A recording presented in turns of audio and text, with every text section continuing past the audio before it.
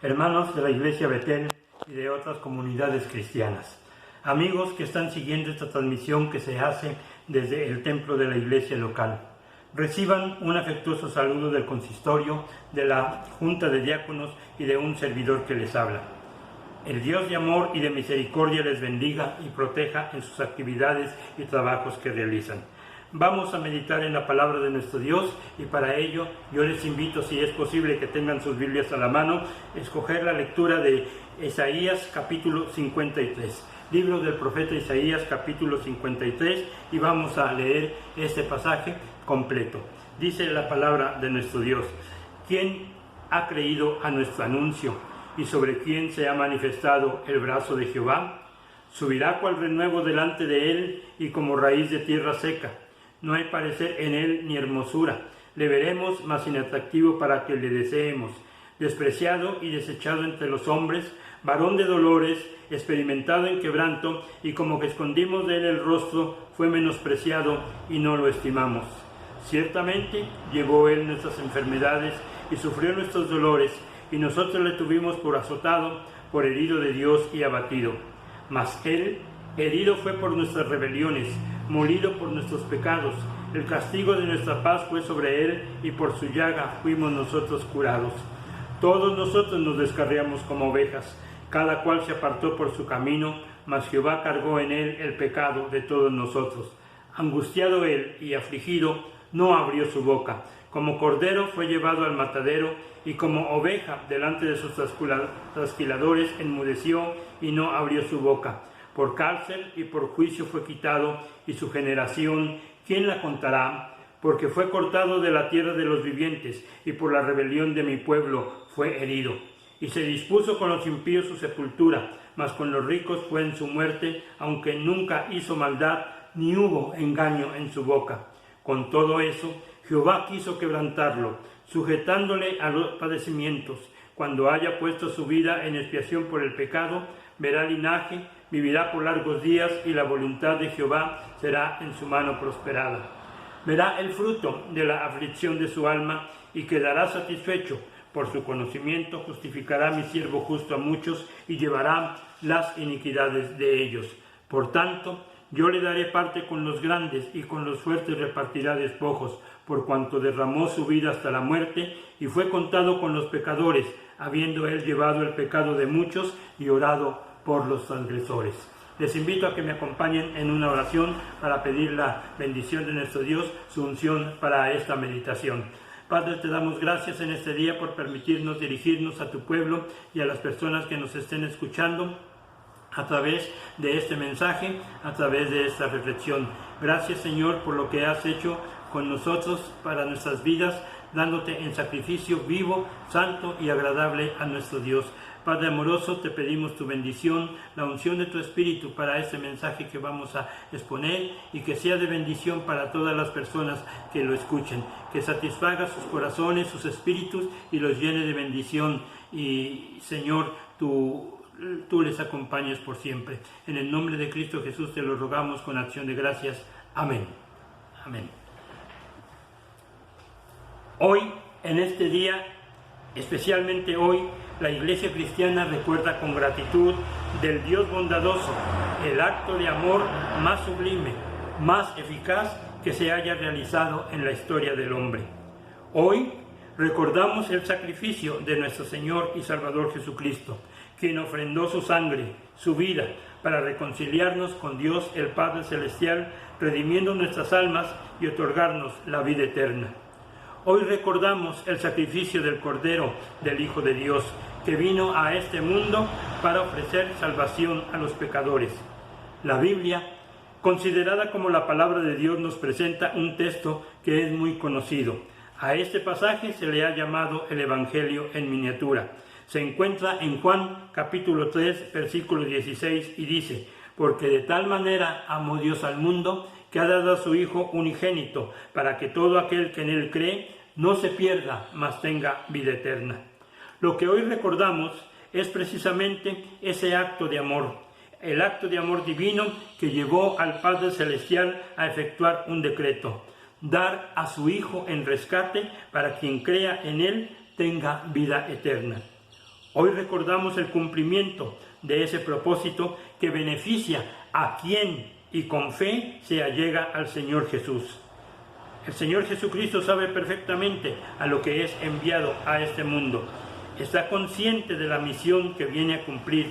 Sabe que para lograrlo tiene que pasar por el sufrimiento, tiene que pasar por el martirio, que su estancia aquí en la tierra va a ser difícil, que tiene que morir para que usted y yo tengamos vida eterna, vida en abundancia.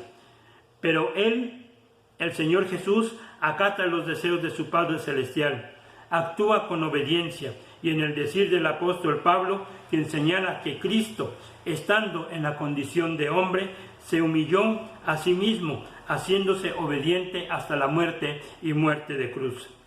Al recordar la pasión y muerte del Hijo de Dios, tiene que venir a nuestra mente que esto le iba a acontecer. Ya estaba señalado con mucho tiempo de anticipación. Desde el tiempo de Adán, posteriormente con Moisés, en los Salmos y los profetas, ya se hablaba de un Redentor. También se mencionaría acerca de un Mesías Salvador. La profecía fue la encargada de mencionar gran parte de los sucesos que le ocurrirían a nuestro Señor. Ella describe con lujo de detalle su nacimiento, sus hechos, su agonía, su sacrificio expiatorio. Me llama la atención la descripción que en el Antiguo Testamento se hace de lo que le acontecería, y es especialmente el profeta Isaías, llamado el profeta mesiánico, porque es quien más ofrece detalles de la vida y hechos del Redentor del mundo.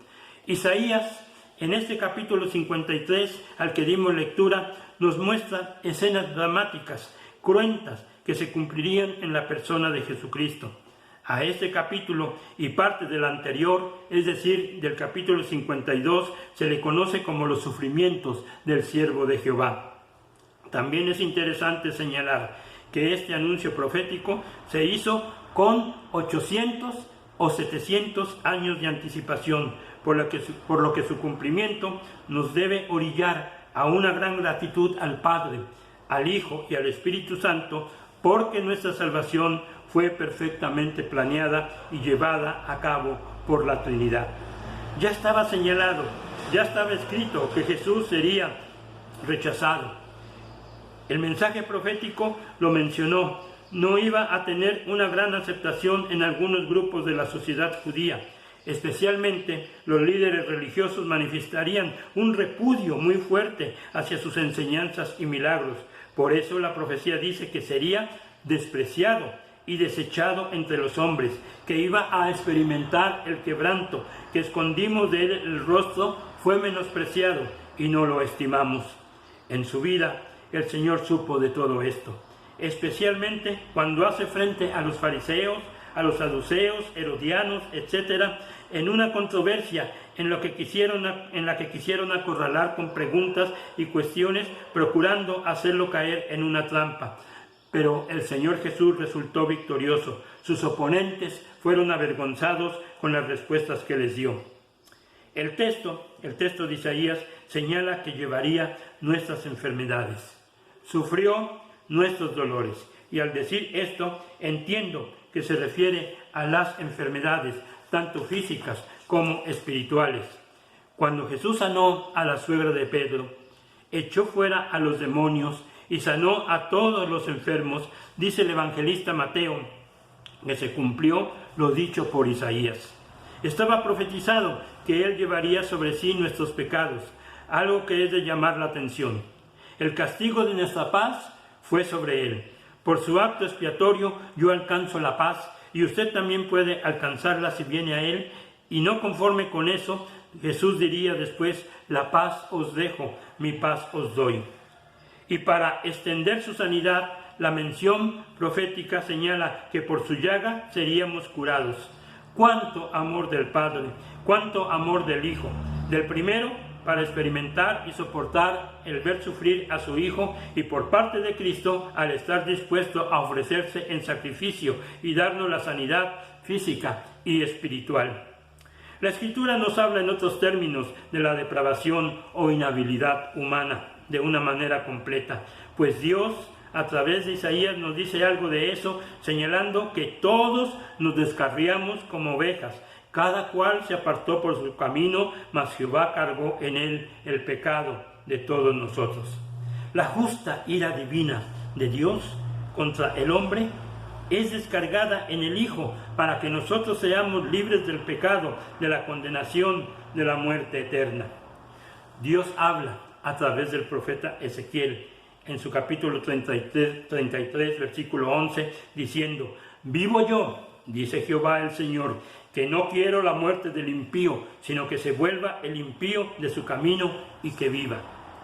Los sufrimientos de nuestro Señor Jesús fueron llevados sin que Él protestara, sin que Él maldijera a sus enemigos, sin injuriar a sus verdugos ni a sus ofensores. Antes tuvo palabras de misericordia al decir: Padre, perdónalos, porque no saben lo que hacen. Y se dio el tiempo para decirle al ladrón arrepentido: de cierto te digo que hoy estarás conmigo en el paraíso. Actualmente Jesús continúa otorgando ese perdón. Para alcanzarlo, solo hay que acercarse a Él en arrepentimiento. En el libro del profeta sobre el que estamos reflexionando, dice que, angustiado y afligido, no abrió su boca. Como cordero fue llevado al matadero, y como oveja de sus trasquiladores enmudeció y no abrió su boca. Mateo y Marcos en su evangelio nos dicen que estando ante el sumo sacerdote, Jesús callaba. Lucas señala que ante Herodes nada respondía. Ante la injusticia que le estaban cometiendo, él calló. Y si profirió alguna palabra fue porque sus opresores insistieron en hacerle preguntas. Todo este sufrimiento tenía un propósito, tenía un fin salvífico. Los sufrimientos aquí preanunciados tendrían su cabal cumplimiento con una finalidad redentora. Era un sufrimiento sustitutivo. El pecado provoca que uno sea rebelde delante de Dios, y por eso la rebelión nuestra en ser desobedientes, por esa rebelión el Mesías sería sacrificado. El pecado nos separa de la comunión con Dios. La profecía describe a Cristo, a ese siervo sufriente, como alguien en el cual no hubo engaño. Su palabra era verdad, es verdad. Él es el camino, la verdad y la vida. Dios quiso quebrantar a su Hijo, cargando en él el pecado de todos nosotros. Como ya se dijo, fue un acto sustitutorio.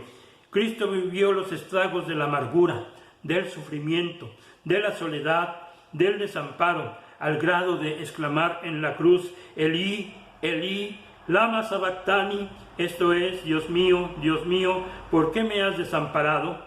El Padre Celestial tenía que permitir el tormento por el cual su Hijo estaba pasando, no podía ser de otra manera. Pero ese martirio, ese calvario, sería en expiación por el pecado. Pero su muerte no sería en vano. El suplicio por el que pasó rendiría buenos frutos para usted y para mí. Debido a los sufrimientos por los que pasó, ahora nosotros somos salvos. Estamos reconciliados con el Padre Celestial. Todos los redimidos, usted, yo y todos los que se acerquen al Señor Jesucristo, serán fruto de ese sacrificio, o somos fruto de ese sacrificio. Isaías parece contemplar, parece conocer que la aflicción del Hijo de Dios tendría buenos resultados. Con su muerte lograría que por medio de Jesús el Padre Celestial nos otorgara la justificación. Y eso era un triunfo para Cristo y una derrota para Satanás, para el pecado, para la muerte eterna. En el cumplimiento profético, Cristo pasó por el infierno para librarnos de ese tormento. Cristo llevó nuestras culpas, las mías y las de usted. Por eso, aunque en la cruz está agonizando, puede exclamar con gozo, con gran satisfacción del deber cumplido: consumado es. Todo estaba consumado, todo estaba cumplido. La profecía de Isaías se cumplió 700 u 800 años después. Hoy recordamos ese cumplimiento. Cristo llevó a cabo lo anunciado, desde Adán, Moisés, pasando por los salmos y los profetas. Cristo fue hecho prisionero. Le pusieron una corona de espinas. Le expresaron frases injuriosas y burlonas. Fue sometido a un juicio falso, nada más para cumplir el trámite. Sus discípulos lo abandonan. Pedro lo niega. Es traicionado, es golpeado, flagelado y emprende la marcha hacia el cerro del Gólgota. Allí es crucificado, su costado es traspasado, los clavos hieren sus manos y sus pies. En lo personal me maravilla la actitud de nuestro Salvador, quien conociendo lo que le iba a acontecer, no da marcha atrás en cumplir con su misión. Sabiendo lo que le espera en el mundo, continúa con firmeza su misión, pues desea acabar la obra que le fue encomendada. Y antes de expirar, antes de dar el último suspiro, le expresa a su Padre Celestial: en tus manos encomiendo mi espíritu. Todo esto sucedió, todo esto aconteció para que la Escritura se cumpliese. La salvación está consumada.